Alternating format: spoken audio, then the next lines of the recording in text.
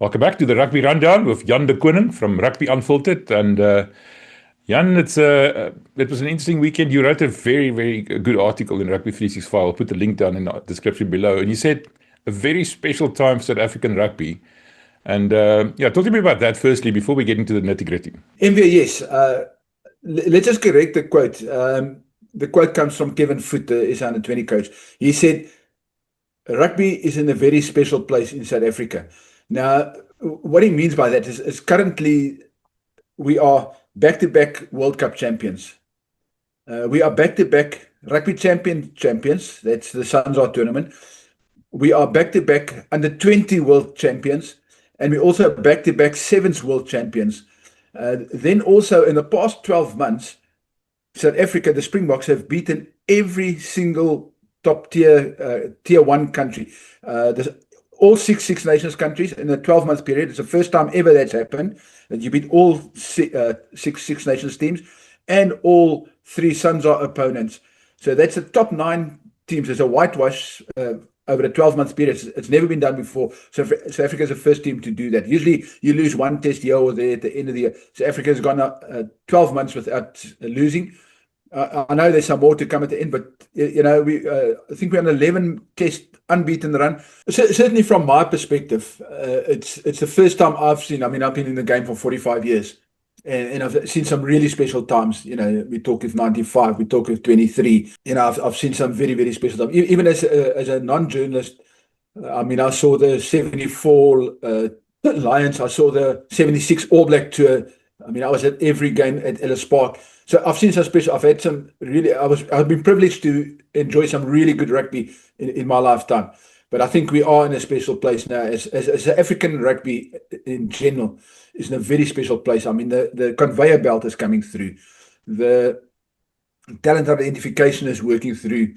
There's some really good stuff that is falling into place. And it's not by chance. I think, there's a lot of credit needs to go to people behind the scenes. I spoke to Dave Wessels last night when they came back from Georgia, and Kevin Foote and Rassie, and, even Rian Oberholzer and Mark Alexander, as much as we like to criticize them, they're doing something right. Just by allowing these people to put systems in place, and these conveyor belts have been created for years. I mean, it started way back, I think in 2013 already, Rassie started it. But it's now bearing fruit. And I think back then, when they spoke about it, nobody wanted to believe them. We all know what happened in 2016 and 2017 when we dropped down to number 6 in the rankings. And everybody wanted to know what happened to this conveyor belt. The reality is that that system was in place, but it wasn't functioning properly because the right people wasn't running it at the time. And then Rassie came back and Dave Wessels came back, and so they got the right people. I think Dave mentioned last night that what happened is when the Rebels closed down in Australia, suddenly Kevin Foote became available. Suddenly Dave got back to South Africa. So all that fell in place, and those people are back, and the right people is in place at the moment. So the system was there. It just wasn't perhaps managed the way it should have been, or as effective as it should have been. And now it's been managed. And now the conveyor belt's working. At some stage, there's going to be a bottleneck of insanely good talent at the top end of South African rugby. But, rather that than where we were in 2016 and 2017. No, we can clearly it's already happening. So that's why I said the other, I don't know, I saw a stat and I can't remember the exact percentage of how many of the current Springboks are actually part of the elite player development program that Rassie initiated. That's an interesting one. And also somebody said here, and that went to about the structure of the Currie Cup. We have to create more opportunities for players to play because we've got so much talent. We're basically raising players to go play for other countries. Is what it comes down to. If we can't figure out a way to make it worthwhile for them to play rugby in South Africa. And that goes down to the Currie Cup structure, I suppose, which is a story for another day. But you mentioned talking to Dave Wessels and Kevin Foote last night, and that you were at the airport, delayed for several hours. It's an interesting story behind that. This junior Springboks coming back to Cape Town. What happened there? That's a story, a big one.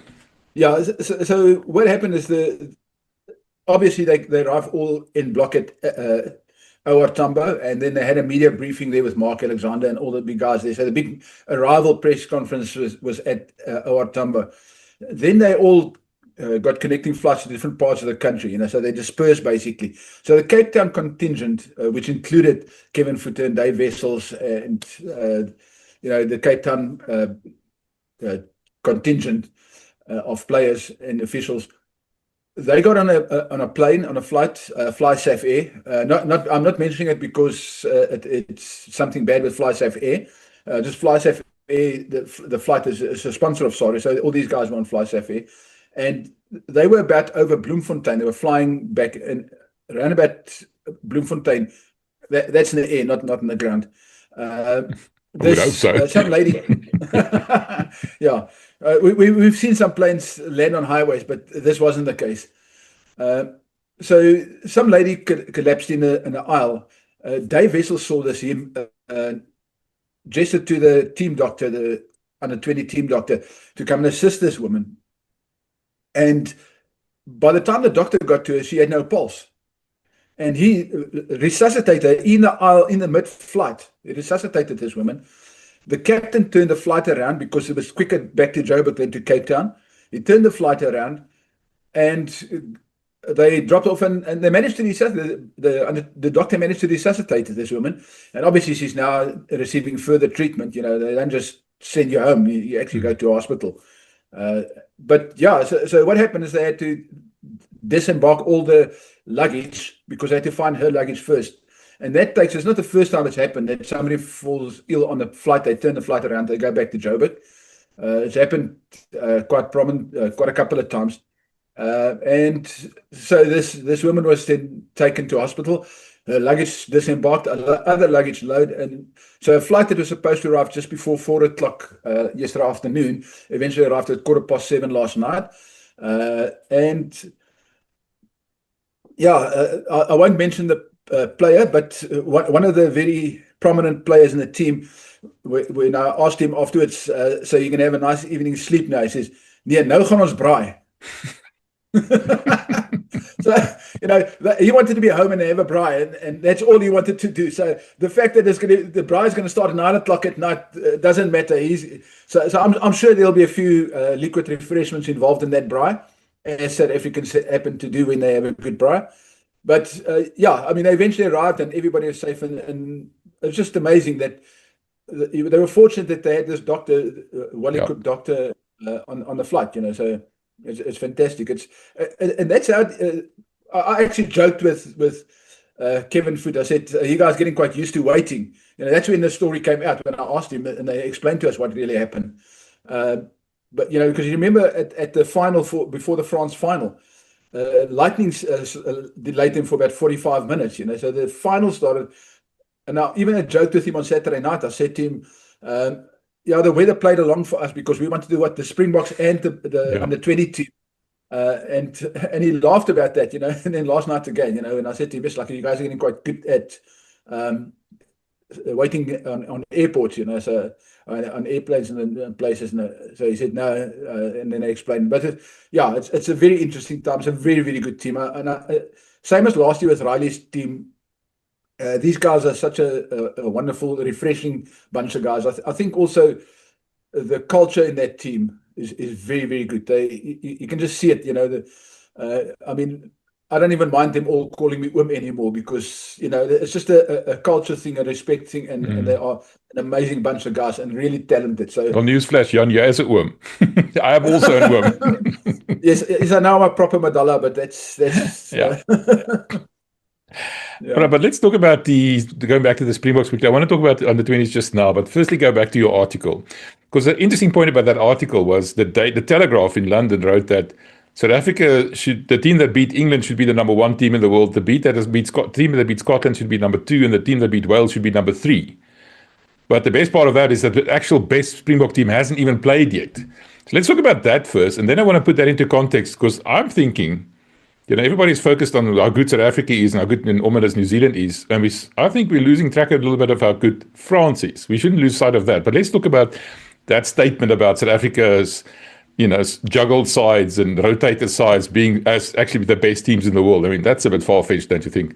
Yeah, I think it was said in jest. I think the tone of the comment, I mean, a comment I extracted from for an article. Yeah, it was said in jest, but the reality is, one team beat England, a team that showed about 10 or 11 changes beat Scotland, and then another team that showed as many changes with 4 debutants beat Wales 43-0. The whitewashed Wales again. So we've in the last 2 tests we've scored 116 points against Wales without reply. That says that says something. That's a point. If you want to put it in context, that's almost a point a minute against Wales in the last 2 matches. Because 120 minutes, well, 160 minutes. Apologies, no, it's not quite. My maths has let me down there, but so it's probably a point every 2 minutes or something, or 2 points every 3 minutes, something like that. But it's amazing, 116 points in 2 matches without reply. That says one thing, perhaps, where Wales is in their development process. And let's not just say they are struggling at the moment, but I think they are building. And I'll get to France later just now for you. But I think the reality is, Rassie said from the outset, before the series started, he's going to rotate every game. He's going to keep rotating in these games. While he wants to win, and while everybody wants to win, you never play to lose. The priority for him is rotating, give people as much game time, as test them in tough conditions, in test match conditions, so you can see who can make the cut and who can't. And now that we're going to Argentina, so this week's a bye, so next week we're going to Argentina, and you're going to see a lot of changes again. People are going to be surprised. Pieter-Steph is going to be rested. Sia will be back. Eamon will be back. I think Sasha might even be back. There's talk that Sasha might be back, that he's fit enough, that he's recovered. I'd be hesitant to bring him back, but if his knee is up for it, then Is it knees or his ankle? It's his ankle, isn't it? Ankle, just his ankle. His ankle, yeah. Yeah. Apologies. So there'll be changes again. So maybe it's our 4th team that's going to beat Argentina. So, but in all seriousness, no, it's our real A team. If you want to talk about the top team, hasn't played as a combination this year yet, and is not even close to playing. I think we'll see our first team, our A team, we'll see at Ellis Park in late August. Yeah, it's actually not next weekend, it's the weekend after. There's 2 weekends off now. That game's only on the 7th of August, or the 8th of August. So it's 2 weeks away. So just on that, there's a lot of talk about Sasha. We saw our friend Ari Hougaard send me a video, and I posted it last night about Sasha after the Currie Cup game actually jumping on his ankle, showing that he's fine. Yeah. And then the question became, will he? Rassie mentioned that he would allow Springboks to play for their franchises against the New Zealanders, as and if needed. If a player needs game time, he'll send him and allow him to play and the likes. I don't want to be a franchise coach at the moment, because I don't know when they will know who's actually going to be playing for them. Because interesting enough, both the Stormers and the Bulls played the day after they play against New Zealand. They have to play against the Cheetahs in the Currie Cup. So that's going to be a test of their depth. I mean, who are they going to actually be playing? And they don't even know who they're going to be allowed to pick. But that's a story for another. If you were wanting to ease Sasha back into it, would you play him against Argentina, or would you play him against Stormers? Stormers on a Friday, Argentina on the Saturday. Which one of those two do you think is a better approach? Yeah, there's a risk in both. So let's not beat about the bush. The Currie Cup is a development tournament now. It's openly, Saro is now openly punting it's a development tournament. It's listed as under 23. Most of the teams play largely under 23 players. So the Currie Cup is largely under 23 players. You're allowed 7 players over the age of 23. And I think 4 can start and 3 on the bench or something like that. So that's why you will see there's some really, and this is a 4 franchises. I'm not talking about the other teams. The other teams play their Currie Cup teams because that's all they've got. But the franchises do not play. So the Lions, the Bulls, the Stormers, they've got. I know that Skara playing. When Skara plays, the Stormers age bracket goes from 25 to 35. But they've got some senior players, some established players, but by and large it's under 23. They're using it as a development tournament. So even so, Sasha can get a tackle in a game, step wrong or something. You don't need Argentina to do that too. You can give some very energetic youngster intending no ill will tackle you, and you start hooks in the blade of grass in the wrong way, and you're gone. So that risk will always be there. So what would I do? Get him back into the box system, because he needs to play with the box.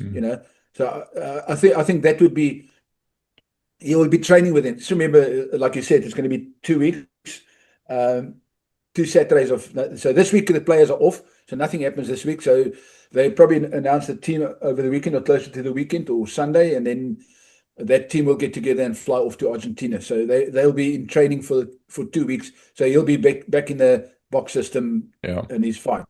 Well, that's an interesting question then, because if he's not playing for the Stormers, you're left with Yuri Mattia. And now the big question is a guy like Yakin Ahmed. Will he be allowed to play for the Stormers, do you think? Will he be released enough or early enough? Or is, we saw how good he is in the Under-20 Championship.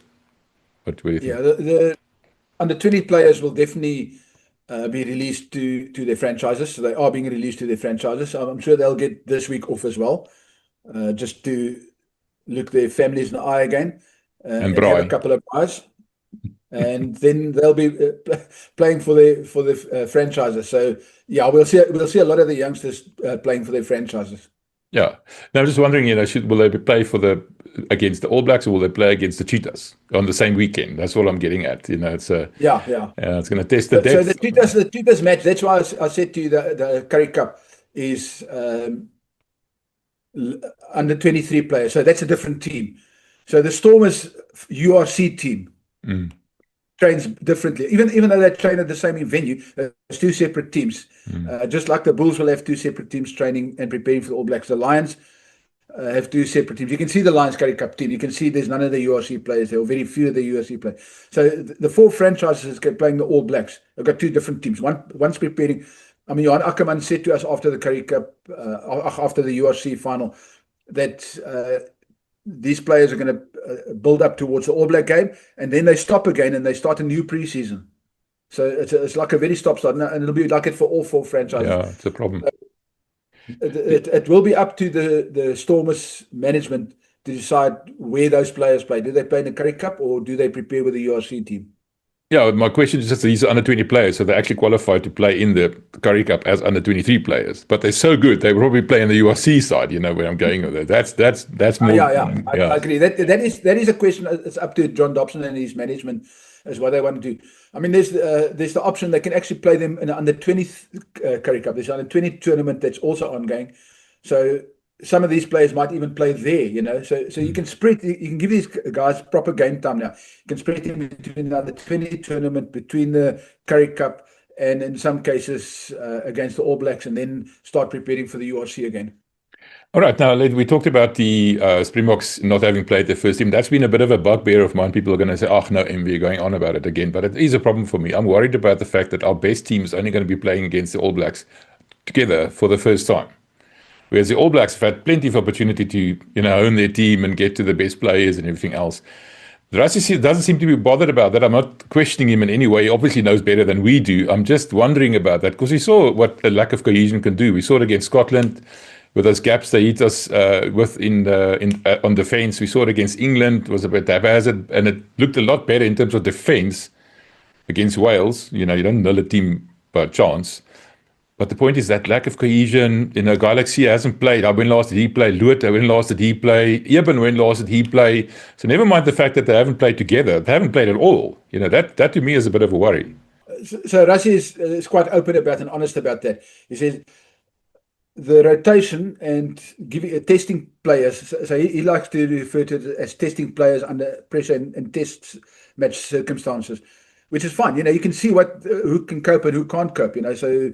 Vusi Moyo, Rassie said he had a nervous game. A lot of people raved about him. Rassie was quite honest. He said he think he had a nervous game. He admitted that some other people might see it differently. He just thought Vusi had a nervous first half, and then he settled down. So the youngster maybe is not ready for the All Blacks yet. So I'm just using an example. Doesn't mean he's a bad player. It means he needs a bit more time, a bit more senior game, and also Vusi, we know, he had an injury as well, and. So he had a disruptive season so far. The same applies to Rassie. Is quite open about that. Now he knows who these guys are ready for the All Blacks, and he knows that it's cohesion is an issue. So he admits that. It's fine. He says, but he was willing to pay that price. And so these guys are now going to start training. That's why these other guys are now getting a chance, so they can see who of them are ready to play for the All Blacks. And going to Argentina is going to be a really big test, So you're going to need those guys to be on top of their game. So I've got a funny feeling that our winning streak is going to come to end in Argentina, because apart from the fact that most of these guys lack game time, and cohesion is going to be an issue. That it's going to be a very different team that's going to need. But Russia will find a way. I mean, we didn't get to where we are now just by chances. Russia will work on something, and if we lose that game, it's fine. It's a I wouldn't call it a friendly. I know in soccer they call it international friendly. So I don't think there's going to be anything friendly about that game. But it'll cost us ranking points, that's for sure. But right now, Russia's got a bigger plan, and I like to refer to this as the bigger picture. Just take a step back and look at what Russia's doing. He's painted this whole picture for us so clearly, and half the time we don't look at the bigger picture, because we look at that one stroke that looks like it's a bit out of place before you see the next stroke that comes in, and next stroke, and suddenly now the picture starts appearing. And I think that's where we should be looking at. Russia is busy with a bigger picture, and if we win the World Cup next year, everybody will say he's a genius again. Yeah, I mean, you say we might lose against Argentina, I almost fell off my chair when you said that, because Argentina only won out of the 3 games in this Nations Championship. They're not in the best of form. Yes, and that's exactly my worry. We're going to go there with an untested team, a bit of a rusty team, almost call it that. And if that team ran out against the All Blacks, we'd be annihilated, I would think. But that's just my opinion. What do I know? And also, you talked about ranking points. We heard the other day, Rassie worries, he likes being number 1 in the world.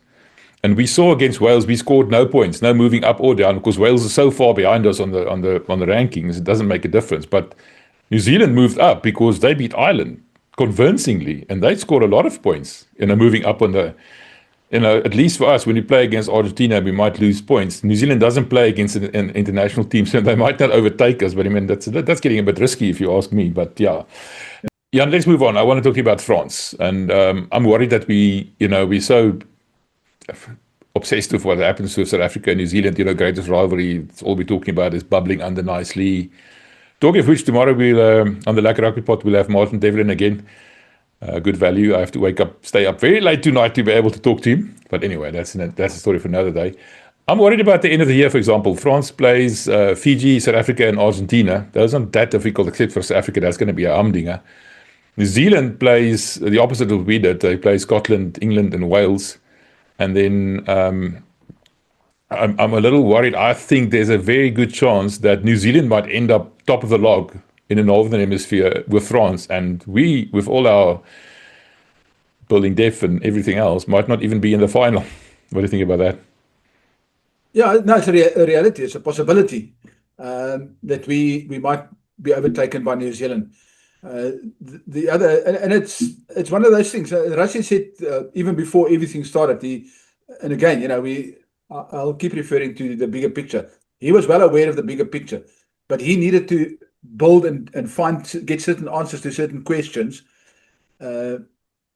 understanding where these players are, and he knew that it might cost us the chance of finishing top of the chase. He was willing to give that up, that we don't win the inaugural rugby championship, or Nations Championship. So Rassie is well aware of that, and I think we shouldn't be too shocked if that happens. Again, look at the bigger picture. What is Rassie preparing for? He's preparing for the World Cup next year. Yes, the greatest rivalry is a big moment. It's a big event, and we are going. Rassie's going to go full blast. To use a John Dobson phrase, he's going to go full metal jacket for that tournament. So, and then he'll start rotating again and test players and stuff. So, but let's say for argument's sake, there's another interesting possibility. Let's say for argument's sake, we do manage to beat Italy, sneak a win against France, and sneak a win against Ireland, and we finish top of the Southern Hemisphere standings. We could end up playing France in the middle of November and at the end of November, because France is most likely going to finish top of the Northern Hemisphere stand. So we can play France twice in November as part of the Nations Championship. That's also a possibility. So yes, there's 2 very good possibilities, and it's going to either be one of that. We're going to play France twice in November, or we're just not going to. We're going to play for second or third place. Yeah, You're right there, and I like the fact that you said we might sneak a win against Italy. Thank you for that. Let's quickly talk about the under-20s. That game luckily was a bit delayed. But once again, I thought the TMOs just are starting to ruin the matches now, honestly. And the influence is too big. It looks like the guy on the field, the referee on the field, is almost too scared to make a decision and leaves everything up to the TMO. And the TMO just interferes as and when he likes, willy nilly. What were your thoughts on on the role of the TMO in that final? Yeah, I think he definitely overreacted. So we spoke about it last night as well. So the one where the try where the finger tipped. I think I've got no argument with that one. I know a lot of people say it didn't look like he touched it. The reality is, if you look at it, if they slow it down enough, you can actually see his fingers bend back like this. And it's for such a brief second that he might not even have felt that he touched it. It's one of those things. You don't realize you're touching the ball. You're up in the air. There's all sorts of things happening around you. You don't realize you touched the ball. But the fact is, if you slow it down enough, and like everything with these TMOs, if you slow it down enough, you can find a picture that suits your narrative. So I'm not going to argue with that. The ones around the high tackle, we got to remember that there's a sternum rule was in place. So the sternum rule was in place. So you can't tackle the guy on the ball anymore. You can't tackle him on his chest anymore. And again, yes, maybe he was overzealous. Maybe he wanted to prove a point that he could be a good TMO and he wants to improve his ranking in the refereeing world. The fact is, he did what the law says he must do. You can't tackle. So some of those things where we say, but there was on the ball, there was on the chest. Unfortunately, for that tournament, that specific tournament, the law says below the sternum. So if you tackle anything, I think the best way to describe it, anything nipple line or above, you're in trouble. I mean, you might not hit the head, you don't get near the head, but the law says sternum. Yeah. So that's the law that applied. And I think that also confused and created a bit of confusion for a lot of people who may not have realized that law was in place for that tournament. And the Yakin Ahmed swan dive, is that illegal? Are you not allowed to jump over players? Whether he jumped or not is two different things. So I know that he said to his teammates that he didn't dive. And I looked at that so many times. And I only have access to the visions that they put on television. I didn't see what the TMO saw in his box. From what I saw and the different angles, the only time he left his field was when the guy hit his ankles. There was, in the good old days, that would have been called a grass cutter. So the fact that the guy went that low for him could have been the result that he knocked his feet up. Did he jump? No, I don't think he jumped. But yeah, that one I will definitely argue with. I would like to see what the TMO saw before I pass judgments. But that is not as clear cut as other cases. But talking about referees, when last did he see so much drama than after that game against Argentina against England? The poor referee was called right now, and it's Angus Gardner, one of the better refs, probably one of the best referees. Argentina seemed, they did the same thing against Spain in the World Cup final, the soccer World Cup final. They seem to be a bit on edge sometimes, and even Contepani walking out of the press conference. Just briefly, what's your take on that? Yeah, I saw worse performances. Rassie's favorite referee had another shocker. There's some videos going around on social media about a certain Australian referee. And, so yeah, how some of these guys, again, I don't know how they, because they don't make it public, you don't know how they rate their performances. They say there's remedial work. It's all good and fine telling us there's remedial work. They're analyzing him, they rate him. We don't know how they rate him. So, I mean, the players, we all give ratings to the players, and 100 people give different ratings. And Rassie will tell you, like Rassie was honest. He said Vusi had a nervous game. That was Rassie's rating. He rated the players. He rated, he spoke about what the two Wiese brothers did. He spoke about the other rookies and then, so but we don't know exactly how because this is like a closed shop, and that's the problem I have with that. Unless they are more transparent about how they rate the referees and what these performances, it's all fine and well for Nigel to sit in his little hockey with another and 2 days later sit and analyze these guys and tell us about his cows and whatnot. And then say, oh, but according to the law, that's fine. I mean, that's one thing that according to the law is right. The reality is, I think there's some massive blunders which are not being addressed in public that should be addressed in public, and that will, it's fine and well saying to Angus or whoever, maybe you could have done that call differently if you say that in private, and maybe but I think the game has become too sanitized in that regard, is that. You can't criticize him. Don't criticize him. And if a coach says anything, then suddenly he's a baddie. We've had 2 coaches recently banned because one was banned from a match day. I think it was Italy coach. Yeah. He was banned because he was a bit upset.